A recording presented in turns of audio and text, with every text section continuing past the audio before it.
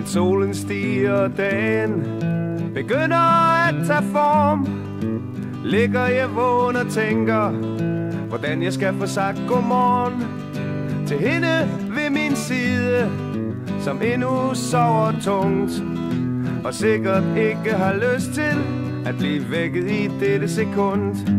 Godmorgen, godmorgen, godmorgen.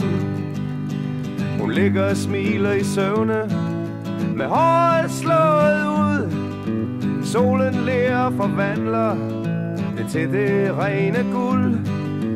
Danser på hendes næse, snubler, men glider let fra næsen til de læber, som så ofte gør mig besat. Godmorgen, godmorgen, godmorgen. Jeg vender mig i sengen og kryber ganske nær.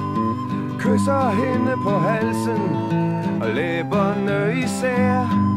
Under dynen er hun nøgen, det ved jeg, og får lyst til frækt at lægge hånd på hendes ene bare bryst.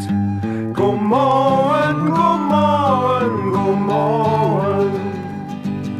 Hun sukker let og mumler, men gengælder som et kys. Først en smule søvnigt, men så med større lyst. Jeg smutter under dynen, hvor hun er varm og god, og sammen siger vi godmorgen med et morgenknald for to. Godmorgen, godmorgen, godmorgen. Godmorgen, godmorgen,